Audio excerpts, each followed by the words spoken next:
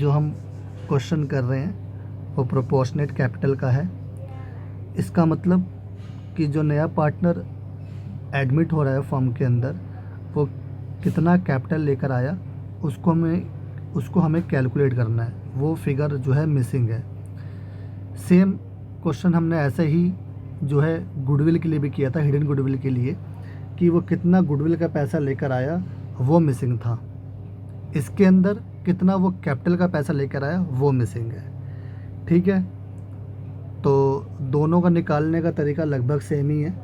ठीक है, थोड़ा सा डिफरेंट है, वो आपको इस वीडियो में पता चल जाएगा।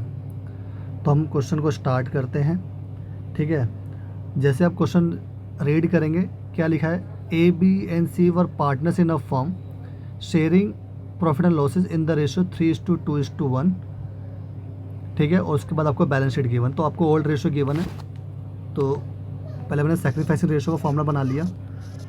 सैक्रिफाइसिंग रेशियो क्या होती है आपकी? सैक्रिफाइसिंग रेशियो होती है आपकी old ratio minus new ratio, right.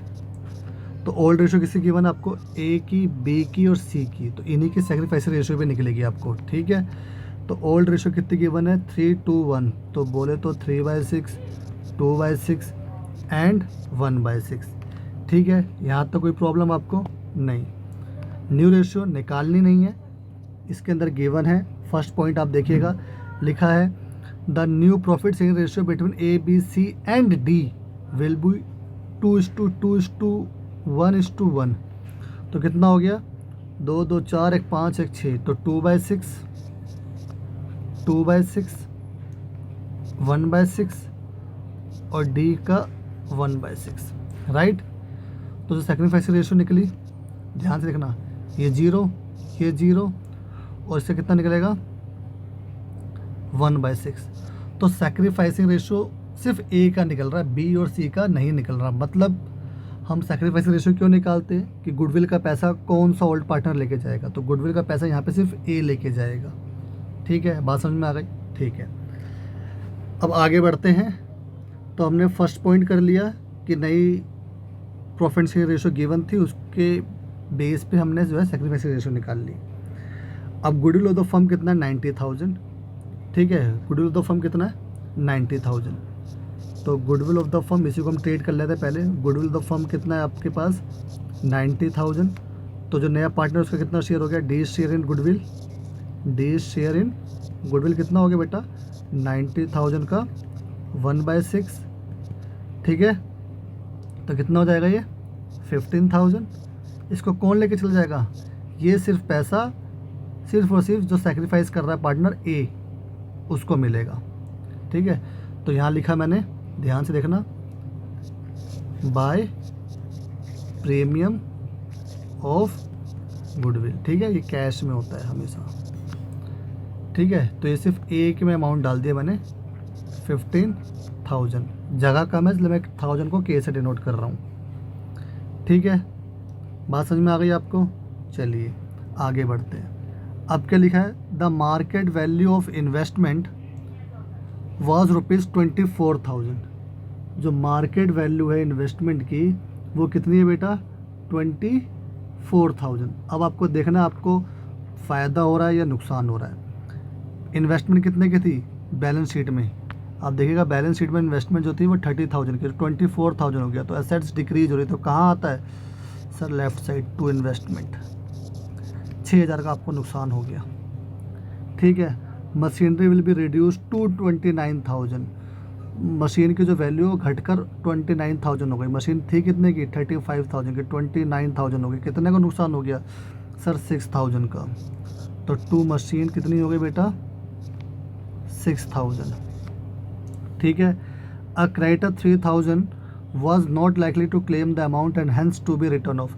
एक क्रेडिटर था जिसको 3,000 रुपये लेने थे हमसे, वो हमसे पैसे नहीं मांग रहा। तो हमसे पैसे नहीं मांग रहा मतलब हमसे हमारा फ़ायदा हो गया। ठीक है, तो मैंने यहाँ पे लिख दिया बाय क्रेडिटर जो है 3,000। ठीक है, और उसके बाद ये लिखा D will bring proportional capital. वो कैपिटल का तो पैसा लेकर आया है, अपने हिस्से का 1/6 share in the profit of the firm, लेकिन कितना लेकर आया वो नहीं गिवन। ठीक है, तो वो हम निकाल लेंगे। ठीक है, कैसे निकालेंगे बिल्कुल ध्यान से देखिएगा। पहले तो हम रिवैल्यूएशन को क्लोज कर लेते हैं। ये आ गया आपका 12,000, ये आ गया आपका 12,000, यहाँ पे आ गया बाय लॉस 9,000, जो कि ए बी और सी में बढ़ जाएगा किस रेशो के हिसाब से, 3:2:1 के हिसाब से। तो 3/6, 2/6 और 1/6 करेंगे तो ये आएगा आपका 4,500, ये आएगा 3,000 और ये आएगा आपका 1,500। और ये सारी चीज़ें कहाँ ट्रांसफ़र हो जाती है, लॉस है तो इस साइड ट्रांसफ़र हो जाएगा। ठीक है, तो यहाँ पे लिखा मैंने टू रिवैल्यूएशन। ठीक है, तो 4,500, 3,000 एंड 1,500। ठीक है, आपको बात समझ में आ गई मेरी? ठीक है, अब हमें बैलेंस शीट में से देखना क्या क्या चीज़ें ट्रांसफ़र होगी। देखो, जो डिस्ट्रीब्यूट होगी मतलब पार्टनर्स कैपिटल अकाउंट में, तो क्रेडिटर डिस्ट्रीब्यूट नहीं होता, जनरल रिजर्व डिस्ट्रीब्यूट होता है। तो जनरल रिजर्व को आप डिस्ट्रीब्यूट कर दोगे, 21,000 का अगर आप डिस्ट्रीब्यूट करोगे, ठीक है, ध्यान से देखिएगा, तो बाय जनरल रिजर्व, तो 21,000 को ओल्ड रेशो में डिस्ट्रीब्यूट करोगे तो क्या वैल्यू आएगी, 10,500, 7,000 और 3,500, राइट। 3:2:1 के हिसाब से आपने जो इसको डिस्ट्रीब्यूट कर दिया। फिर उसके बाद कैपिटल लिख लेना। तो यहाँ लिखा है मैंने by balance BD, by balance BD. कितना कैपिटल गिवन था आपको बेटा, 60,000, 40,000 एंड 20,000, राइट, यही गिवन था। ठीक है, अब असेट साइज में से देख लीजिएगा। असेट साइज में से बैंक नहीं होता, डिस्ट्रीब्यूट डेटर नहीं होता, स्टॉक नहीं होता, इन्वेस्टमेंट नहीं होता, फर्नीचर फिटिंग नहीं होता, मशीनरी भी नहीं होता। ठीक है, अब हमने सब कुछ डिस्ट्रीब्यूट कर लिया है। अब हमें क्या करना है, अब देखो यहाँ पे एक अमाउंट लिखना था मुझे, क्या, बाय कैश, कि वो गुडविल का कितना पैसा लेकर, सॉरी वो अपना कैपिटल का कितना पैसा लेकर आया वो नहीं गिवन ना, तो वो मुझे निकालना है। ठीक है, ये चीज़ मुझे निकालनी है। यहाँ पे क्या अमाउंट आएगा, यहाँ पर क्या अमाउंट आएगा वो मुझे निकालना है। ठीक है, बात समझ में आ गई। तो उसके लिए क्या करेंगे, आप रफली जो है बैलेंस सीडी निकाल लेना है। देखो डी का तो बैलेंस कुछ निकलेगा नहीं, क्योंकि डी का राइट साइड में भी नहीं है कुछ और लेफ्ट साइड में भी नहीं है। सो सिर्फ जो बैलेंस सीडी निकलेगा वो किसका निकलेगा, ए बी और सी का। तो रफ में मैं ए और बी सी का बैलेंस निकाल लेता हूँ। ठीक है, तो यहाँ पे लिखा मैंने टू बैलेंस सी डी। क्या लिखा, टू बैलेंस सी डी। तो टोटल कर लेते हैं। ठीक है, 60,000 और 15,000, 75,000, 75 और 10, 85,500 आ गया, राइट। तो यहाँ लिखा मैंने 85,500। अब 85,500 में से 4,500 लेस करोगे तो वैल्यू कितनी आएगी सर, 81,000, राइट। अब बी का 40,000 और 7,000, तो 47,000, 47,000 में 3,000 लेस करोगे तो क्या बचेगा, 43,000, राइट, सॉरी 44,000।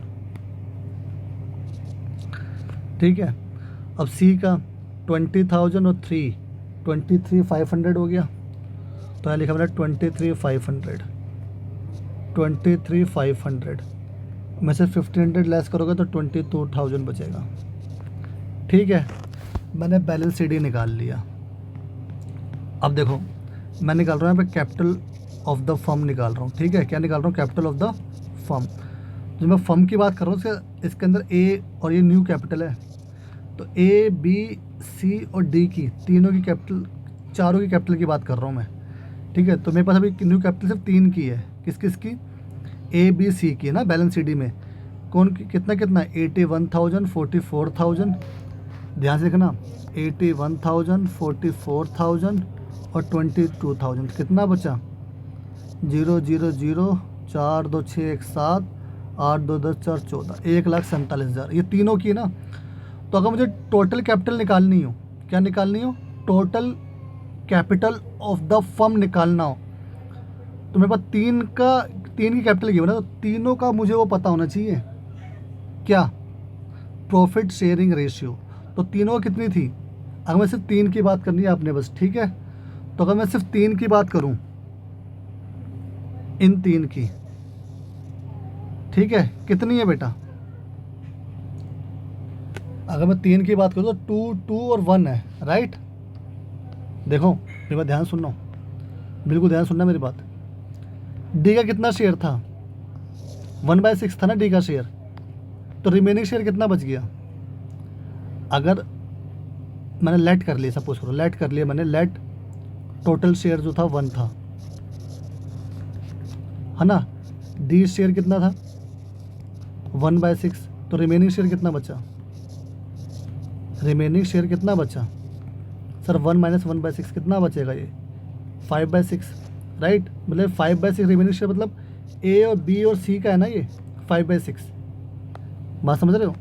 ये 5/6 किसका है, ए बी और सी का। और अगर आपको ऐसे नहीं निकालना तो आप ऐसे देख लो, जो न्यू रेशियो थी वो क्या थी, 2:1:1, ठीक है, यही थी ना, 2:2:1:1।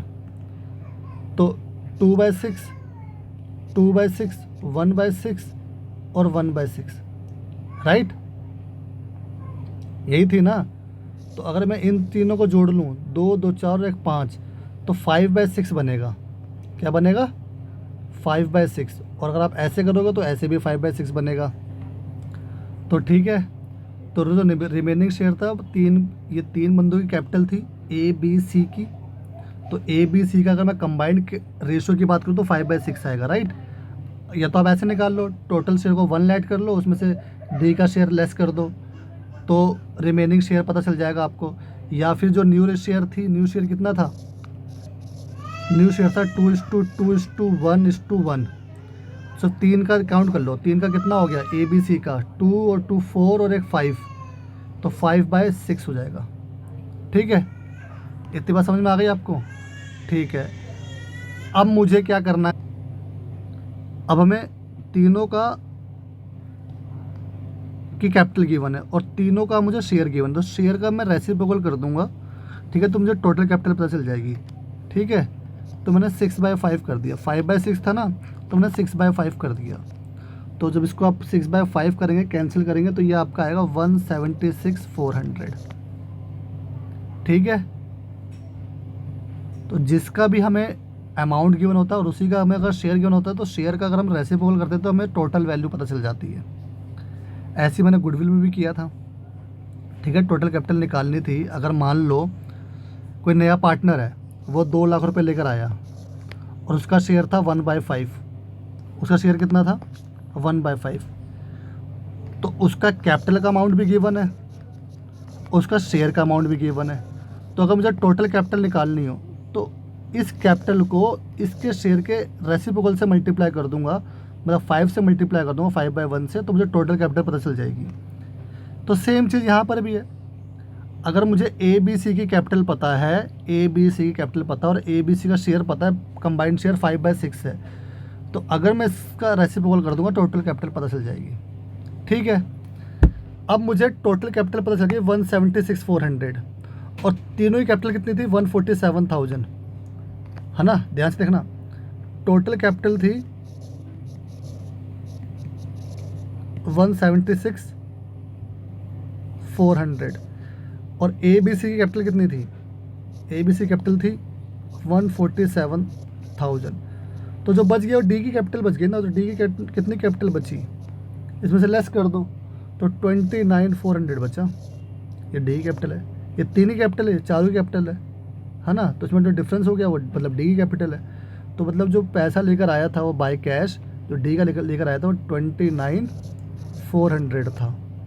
कितना था 29,400। बस यहाँ से मैंने 29,400 लिखा, 29,400 लिखा और ये बैलेंस मैंने यहाँ पे लिख दिया। ठीक है, अब यही जो टू बैलेंस सी डी है वो यहाँ पे कैपिटल बन जाएगी। कैपिटल 81,000, 44,000, 22,000, 29,400।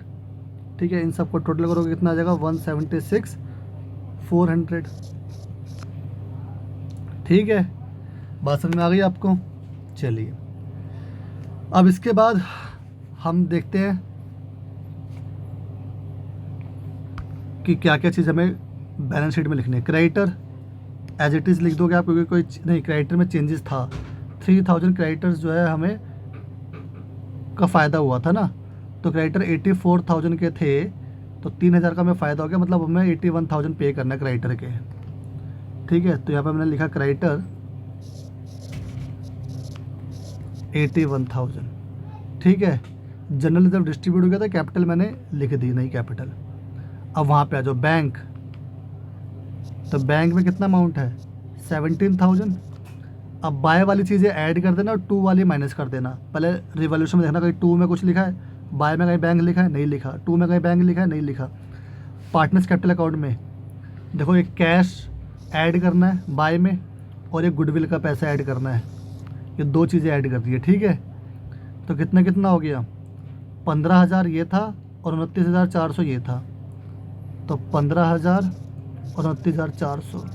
टू में कहीं टू कैश या टू बैंक लिखा है सर, नहीं लिखा, तो बस ये तीनों चीज़ ऐड कर देना है। ठीक है, तो 15 और 17 कितने होते हैं 32, और 32 और 29,400 कितना हो गया 61,400।